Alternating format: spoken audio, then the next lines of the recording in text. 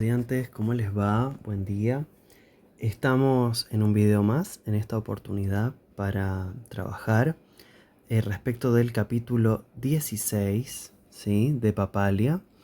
Ya en un video anterior estuvimos trabajando el capítulo 15 y ahora vamos a ir por el capítulo 16, Desarrollo cognitivo en la adolescencia. Una breve introducción, un pequeño resumen, una anticipación de lo que va a ser este capítulo nos dice: desarrollo cognitivo en la adolescencia, se desarrolla la capacidad para pensar en términos abstractos y utilizar el razonamiento científico, persiste el pensamiento inmaduro en algunas actitudes y comportamientos y la educación se enfoca en la preparación para la universidad o la vocación. Avanzamos un poquito más, esto ya lo vimos en el capítulo 15, esto ya lo leímos. Dice: en la adolescencia cambia la apariencia de los jóvenes debido a los sucesos hormonales de la pubertad, sus cuerpos adquieren una apariencia adulta. También cambia su pensamiento, son más capaces de pensar en términos abstractos e hipotéticos, y sus sentimientos cambian acerca de casi todo. Todas las áreas del desarrollo convergen a medida que los adolescentes enfrentan su principal tarea, establecer una identidad, en la que se incluye la sexual, que llegará hasta su adultez. Acá igual esto podemos problematizarlo y pensar, podemos deconstruir esta idea y pensar que la sexualidad es algo que se va a construir y deconstruir durante toda la vida, y que si bien en la adolescencia hay una fuerte estratificación o fijación o establecimiento de ciertas prácticas sexuales, ¿no? De ciertas identidades u orientaciones o deseos, bueno, con el tiempo las personas también pueden problematizarse ideas, repensar ideas heredadas, ¿no? Y si bien no todos los elementos de la sexualidad o de la identidad en general son absolutamente móviles y flexibles, algunos sí pueden ser deconstruidos, reconstruidos, ¿sí? La identidad va a ser algo que va a estar siempre en, en perpetua posibilidad de cambio y de reconstrucción a medida que tenemos encuentros con ideas, con personas. Bueno, en los capítulos 15, 16 y 17 veremos la manera en que los adolescentes incorporan los cambios drásticos en su apariencia, los deseos físicos que les causan confusión y sus nuevas capacidades cognitivas acerca de su sentido del yo. Veremos los riesgos y problemas que surgen durante los años de adolescencia, al igual que las fortalezas características de los adolescentes. Bueno, en el 15 vimos la cuestión de los cambios físicos y de los temas vinculados a la salud. En este capítulo 16 vamos a enfocarnos en el desarrollo cognitivo. Comencemos entonces, dice: capítulo 16, desarrollo cognitivo en la adolescencia. Muchos adolescentes tienen la capacidad de razonamiento abstracto y de sofisticados juicios morales. Bien, entonces, ¿qué se va a desarrollar en la adolescencia? El razonamiento abstracto, la capacidad de pensar en hipótesis, la capacidad de pensar: si esto fuera de otra manera, ¿qué pasaría? Si esto no fuera así, si el mundo fuera distinto. La capacidad de pensar utopías, ¿sí? Utopías que tiene que ver con, a ver, la etimología de utopía es lo que no tiene lugar. Y topos, ¿no? Topía, topos, tiene que ver con el lugar, lo que no tiene lugar, lo que no existe todavía aquí y ahora. Pensar utopías, mundos ideales, tener pensamiento que no esté fijado a lo que realmente existe ahora, ¿sí? Bueno, continúo leyendo. Los adolescentes entran en lo que Piaget consideraba como el más alto nivel del desarrollo cognitivo, que son las operaciones formales o abstractas, también podemos encontrarlo como operaciones abstractas, cuando desarrollan la capacidad del pensamiento abstracto, justamente. Este desarrollo, que en general ocurre aproximadamente a los 11 años de edad, proporciona una manera nueva y más flexible de manipular la información. Al no estar limitados al aquí y ahora, los jóvenes pueden comprender el tiempo histórico y el espacio extraterreno. Pueden utilizar símbolos para representar símbolos, por ejemplo, donde la letra X representa un número desconocido. Y, en consecuencia, pueden aprender álgebra y cálculo. Fíjense que, a diferencia de los primeros años de la escolarización, de la escolaridad, cuando se enseña a sumar, por ejemplo, se enseña una manzana más una manzana son 2 manzanas. Está bien fijado a lo concreto. Ya acá, con la capacidad de usar símbolos para representar otras cosas, podemos usar X, no sé, una fórmula. Y es igual a 2X. Entonces eso nos va a dar una función que se puede graficar en los ejes cartesianos. Y entonces depende del valor de X, el valor de Y. Y todo empieza a ser mucho más abstracto. Pueden apreciar los adolescentes mejor las metáforas y las alegorías. Y por consiguiente pueden encontrar significados más profundos en la literatura. Pueden pensar en términos de lo que podría ser y no solo en términos de lo que es. Pueden imaginar posibilidades y someter a prueba las hipótesis. Entonces pueden apreciar mejor las metáforas y las alegorías. Un ejemplo de una metáfora podría ser el poema de Borges, que se llama Poema de los Dones, que dice: nadie rebaje a lágrima o reproche esta declaración de la maestría de Dios que con magnífica ironía me dio a la vez los libros y la noche. ¿Sí? Esto implica un pensamiento metafórico, porque la noche acá es la ceguera. ¿Sí? Borges queda ciego. Borges, uno de los más grandes escritores de la Argentina, y yo me atrevo a decir de la historia universal. Borges, que le encanta leer, que se ha leído todo, se queda ciego. Entonces enfrenta la paradoja de ser alguien que lee, que ama leer y que dedica su vida a los libros, y a su vez estar ciego. Entonces, fíjense que no dice, uy, me gusta leer, qué bajón, me quedé ciego. No, dice, nadie rebaje a lágrima o reproche esta declaración de la maestría de Dios que con magnífica ironía me dio a la vez los libros y la noche. No dice la ceguera, la noche. Ahí la noche es una metáfora de la ceguera, pero la noche es mucho más, al usar esa metáfora, produce un efecto, es mucho más profundo en cierto sentido, es mucho más poético. La noche también implica, por ejemplo, el temor, lo desconocido, ¿sí? Se nos puede aparecer la imagen de estar, no sé, en el bosque de noche, lo desconocido, lo perturbador, los libros y la noche, la naturaleza en la noche, y los libros que implican la luz.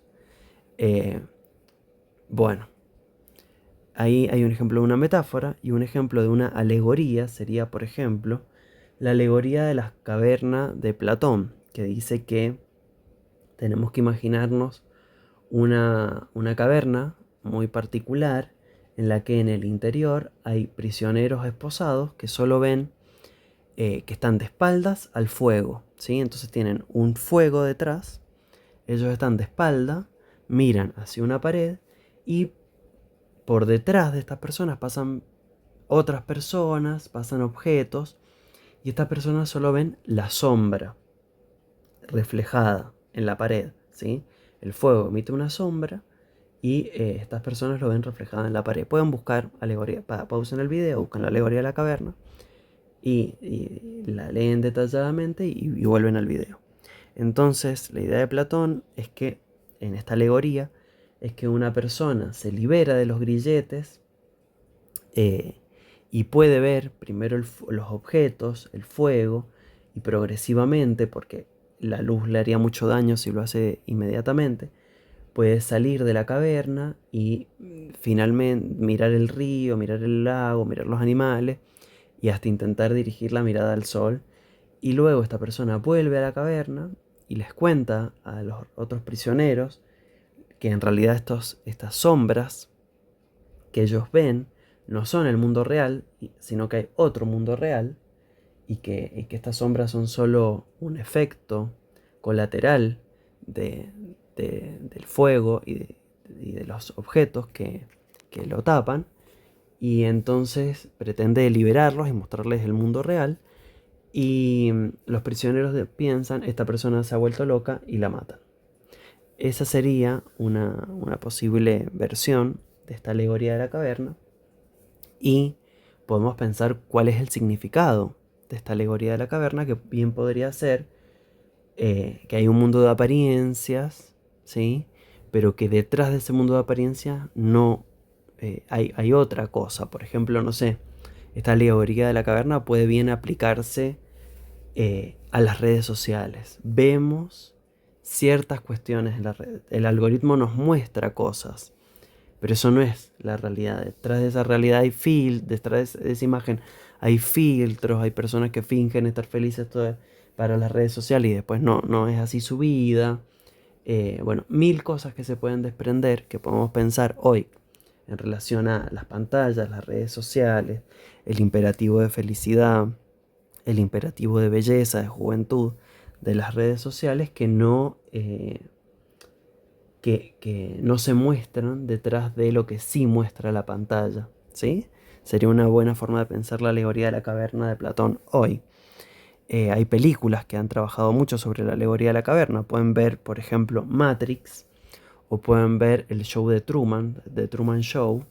Son dos películas que pueden pensarse como representaciones audiovisuales, eh, o sea, como la alegoría de la caverna llevada a la pantalla, en cierto sentido. Bien, bueno, me extendí un montón sobre esto, pero era para pensar la cuestión de las metáforas y las alegorías. Avancemos.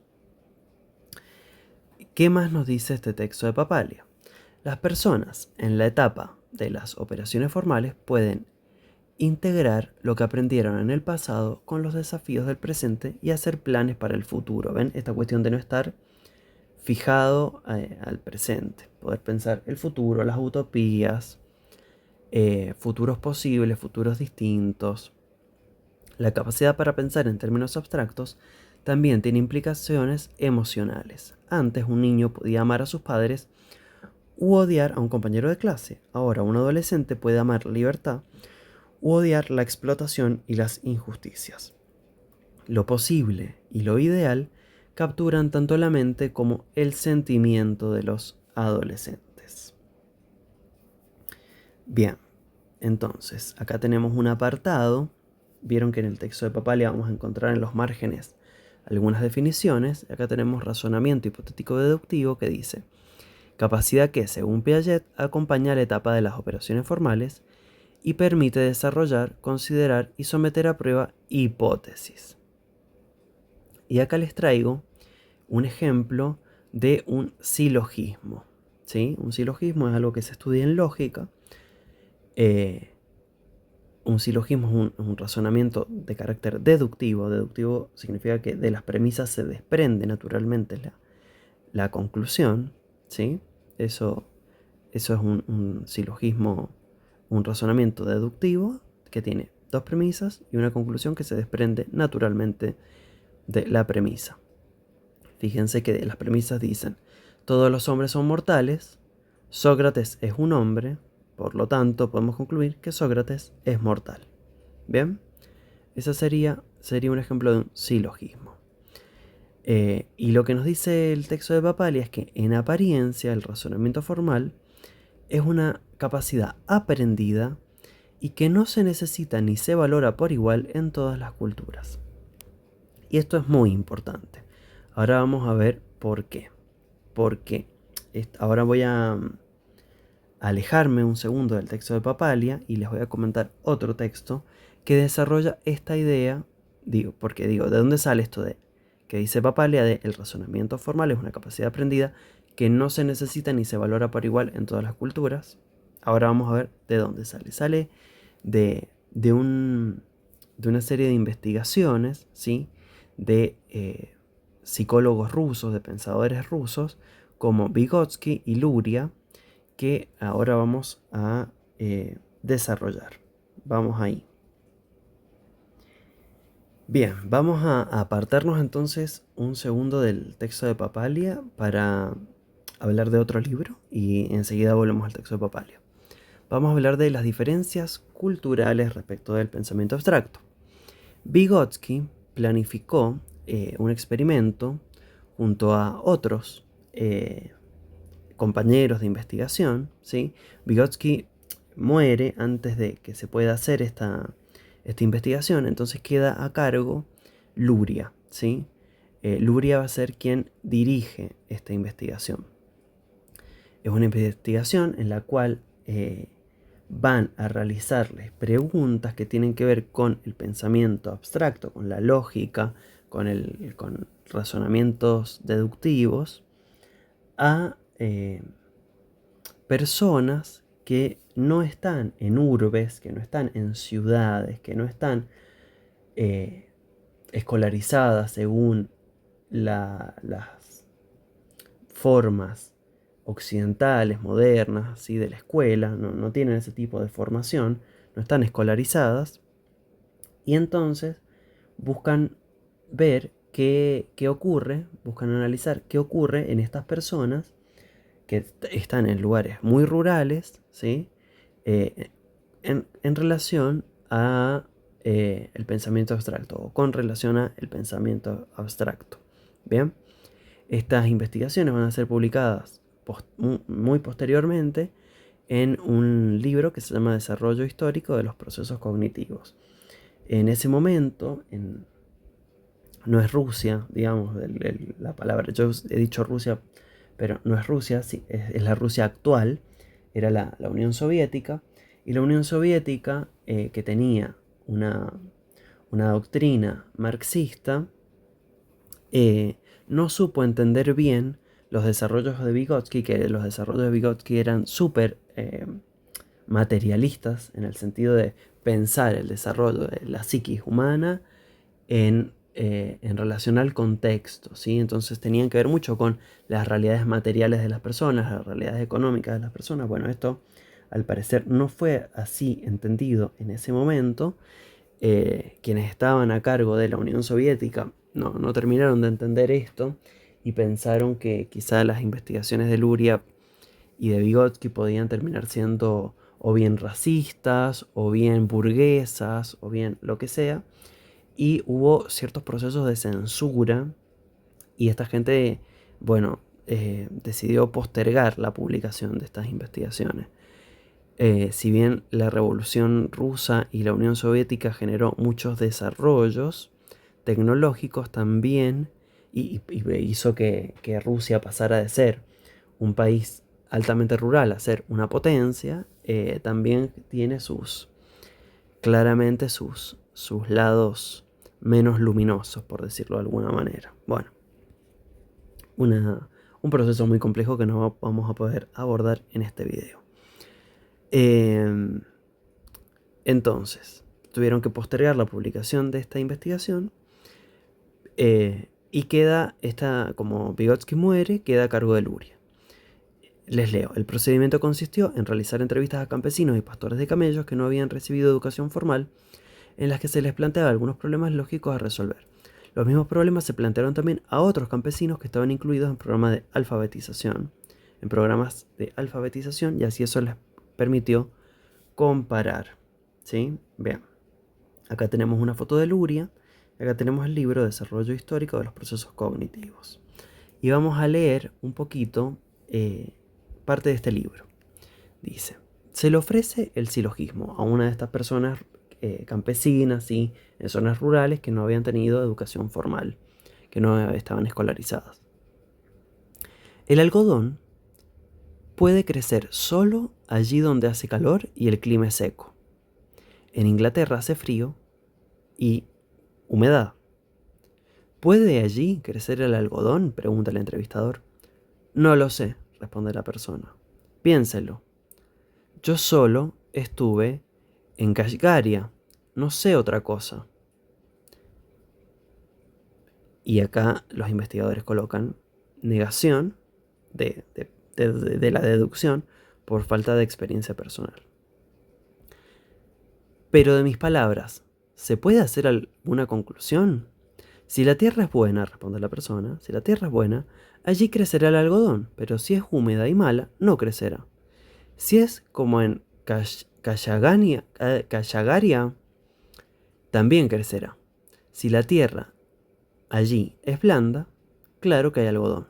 Ambos mensajes se ignoran por completo. El razonamiento se lleva a nivel de condiciones independientes. El silogismo se repite una vez más, ¿sí? O sea, el silogismo es: el algodón puede crecer solo donde hace calor y el clima es seco. Inglaterra es frío y húmedo, o sea, lo opuesto. ¿Puede crecer en Inglaterra el algodón? Entonces se repite una vez más. ¿Qué puede deducir ahora de mis palabras? Y la persona responde: si allí hace frío, entonces no crecerá. Si la tierra es blanda, sí crecerá. O sea, ignora las condiciones del silogismo, ponen los investigadores. Pero ¿qué se deduce de mis palabras?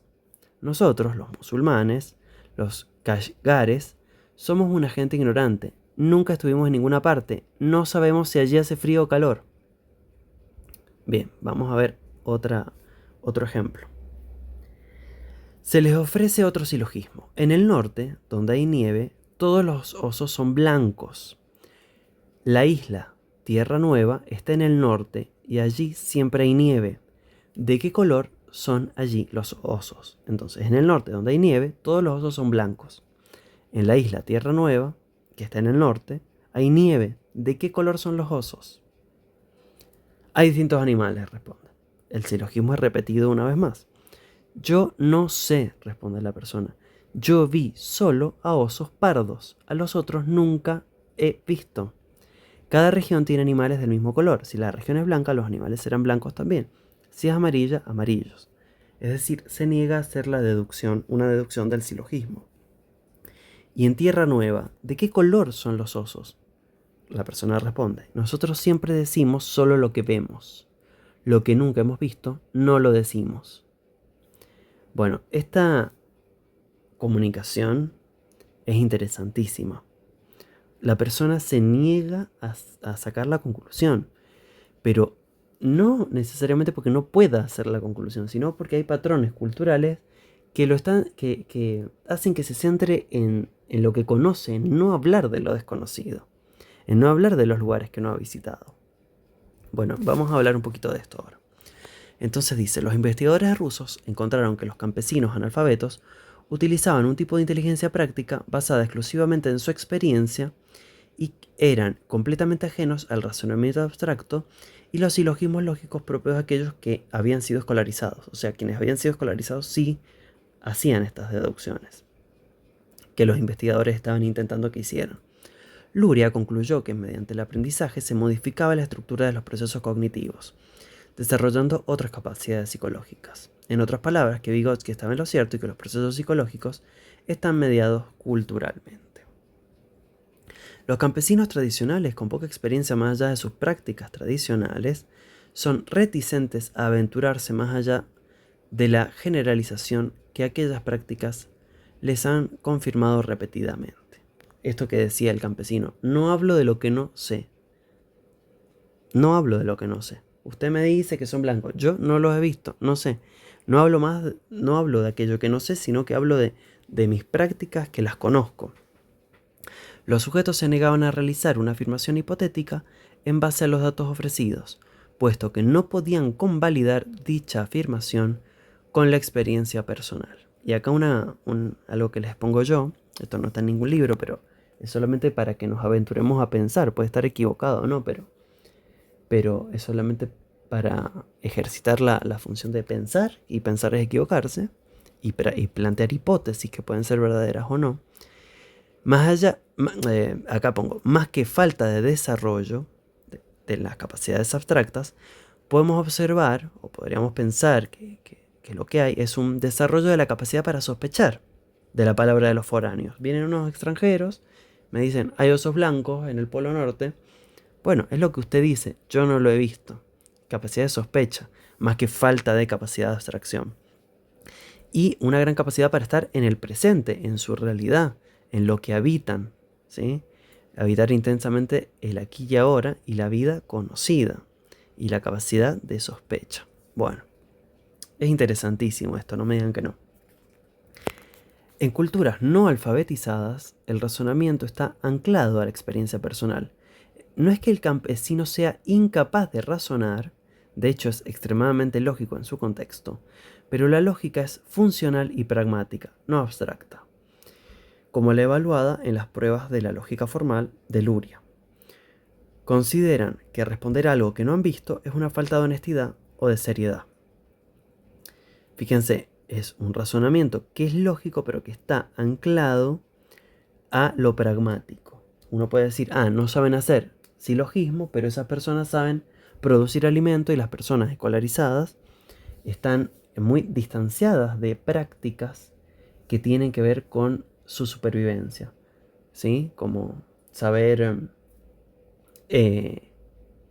producir alimentos, sembrar, cosechar, ¿sí? En cambio, estas personas no estaban en el mundo de los silogismos y de la educación formal, pero tenían capacidades prácticas, funcionales, ¿sí? ¿Cuántas personas antes de la modernidad sabían navegar, podían ubicarse en un barco, saber hacia dónde dirigirse, guiarse por las estrellas, y ahora nosotros podemos estar muy escolarizados, pero sin el GPS nos perdemos en cualquier lado, ¿no? Podemos pensar eso también. Cómo la educación formal nos puede brindar muchos conocimientos teóricos, abstractos, pero nos aleja de cuestiones que tienen que ver con la vida, con lo práctico, con la supervivencia, ¿sí? Bueno, para pensarlo. No que una cosa esté bien y la otra mal, o viceversa, sino que quizá sería importante complementar saberes. Entonces, esta investigación nos ayuda a estar atentos, a tener vigilancia epistemológica y a evitar el etnocentrismo. Vigilancia epistemológica es vigilancia en cómo estamos pensando, ¿sí? Estar atentos a no caer en postulados etnocéntricos, en no creer que lo que ofrece la cultura occidental moderna es siempre mejor y que el otro es atrasado, que al otro le falta, ¿sí? Sino pensar que son diferentes culturas, no una mejor que otra. Eso es importante. No caer en el etnocentrismo, en el eurocentrismo, ni creer que lo que ofrece Occidente es superior necesariamente a otras culturas.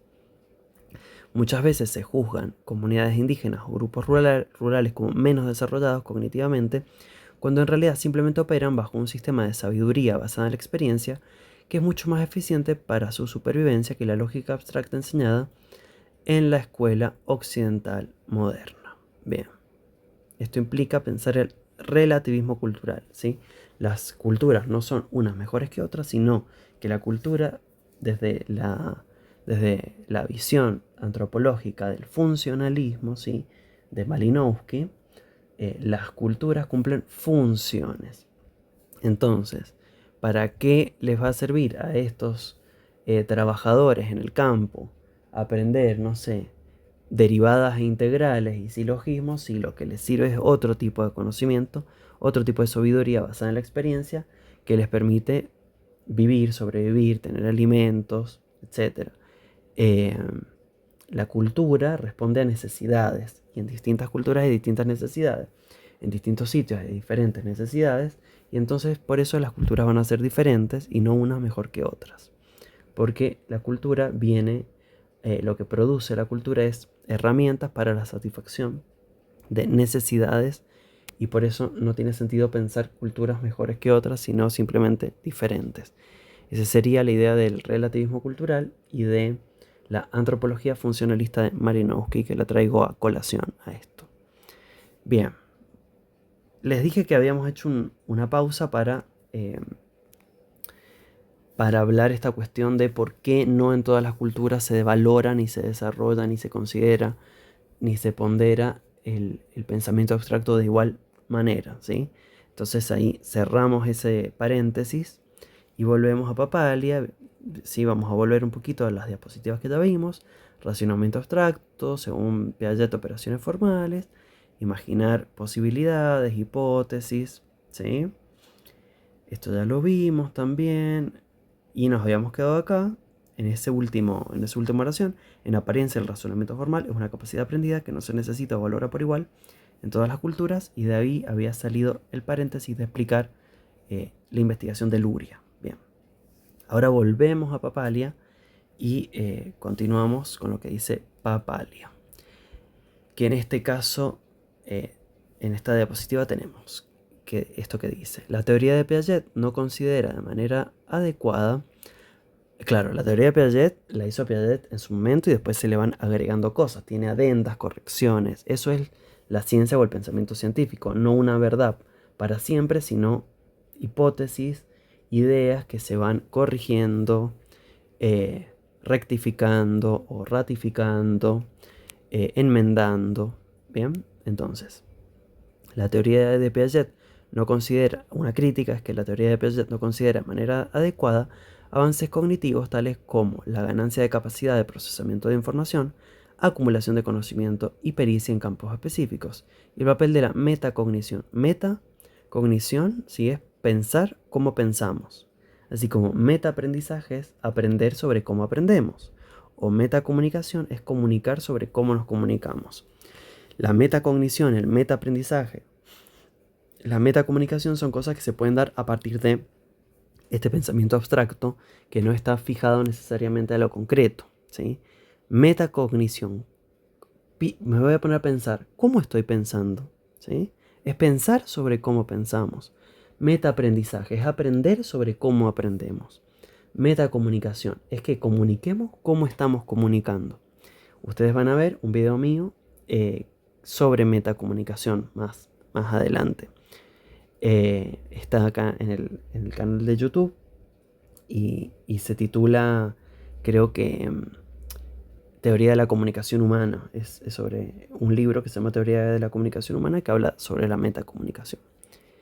Bien, entonces, el papel de la metacognición, la conciencia, la concienciación y vigilancia de los procesos, y vigilancia de los propios procesos y estrategias mentales.